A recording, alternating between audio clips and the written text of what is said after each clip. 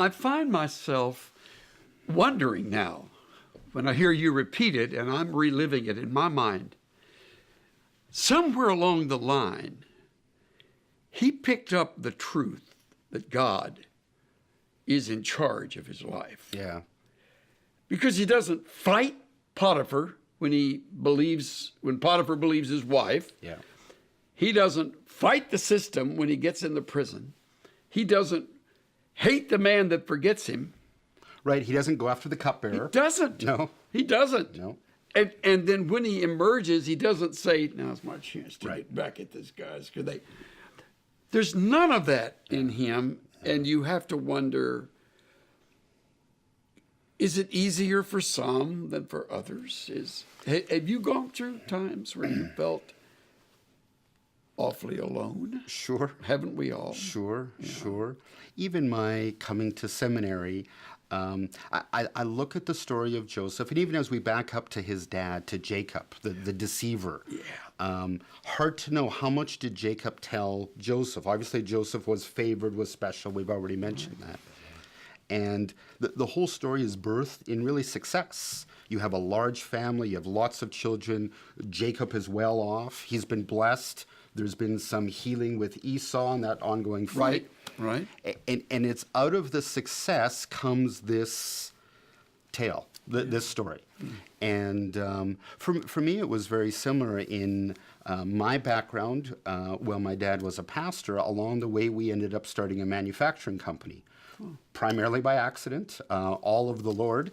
And an interesting story. And while pastoring also was in business. Well, pastoring, and eventually the business grew to the place where that wasn't anymore and was full-time in business. So when I was in high school, I always kind of had my side job.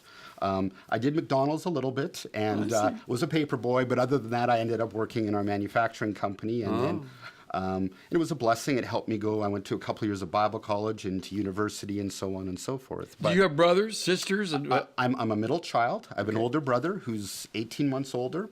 And so him and I were always involved in the business together. And I have a younger sister who's 7 years younger. So while we were in high school and college, she's still growing up and living at home and so on. And so in time, our manufacturing company became successful. It was always small. It was never on some kind of a massive scale. But after 10, 11 years of working and of growth, it became very lucrative. And I always think it this way. I think there's two hard things to deal with in life: failure and success. Both are hard, and work. Well, I'd rather have success. Sure. Give me success. I'll learn the lessons. Yeah, I'm happy. You look at celebrities, you look at sports players, and you see their success or their wealth or whatever. And I'd rather fail that way. Sure.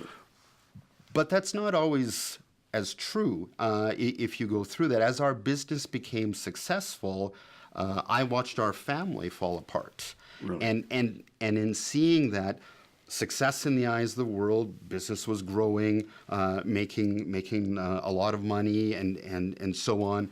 A lot of travel in our manufacturing company, and for some that's something that they strive for and want, and so on. Staying in nice hotels and those kinds of things. Your dad was still in the church? But by this time he was fully out of ministry, and at the time when our business became very lucrative, then most things of ministry fell away.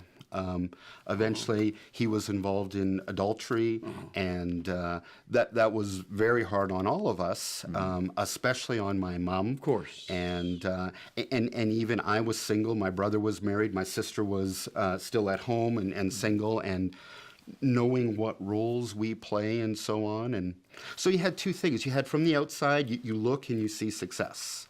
Oh, look at that. That's going really well. And I can look at Joseph and see the same thing. He was so successful with Potiphar. He was so, and even in the prison, he had worked his way up and so on. And you can see that. And then you think of what he really was going through. And for us, we were dealing with, unfortunately, something that isn't even that uncommon, that someone involved in ministry gets involved in adultery. Right. Eventually, there was divorce and pause and let me ask you a little deeper question. Your You're the middle I'm the middle child. of the three. When this news landed and you became aware of the secrets and all, how did you feel? What did you do with that? I mean, were you close to your father? We were very close. You were not only an employee, we but worked together every day. I was a co-owner and all of that. Okay. Then actually, when all of that broke, I was already living here, so there was some distance as well. And so, typical of the complexities of life, there was closeness and distance. and your mom. You, But my mom was there, and so far away from me, hard for me to support her. And obviously, I was trying to as best I could, lots of phone calls and so on. But you feel you search for meaning in anything. Does it matter that I'm in school? Does it matter who my friends are? Does anything matter? I think you work through the hardest things. Sure. Everything's up for grabs. do you consider going back to Canada Well, to be there with her? yeah, and ended up flying quite often to be with her, or at times she was able to come see me, and she'd come for an extended time, and so on. Because this wasn't just a one-day event, right? This is an ongoing. Right. How do we deal with this? And it became known among friends and Well, yes and no. Some knew and some didn't, and there was never full disclosure. And to be honest, we don't even know all the details of all the different things that were going on. But it appears that there was some history of this, and so you see the brokenness. You see unbelievable success. And you see none of it's worth it. the success went on.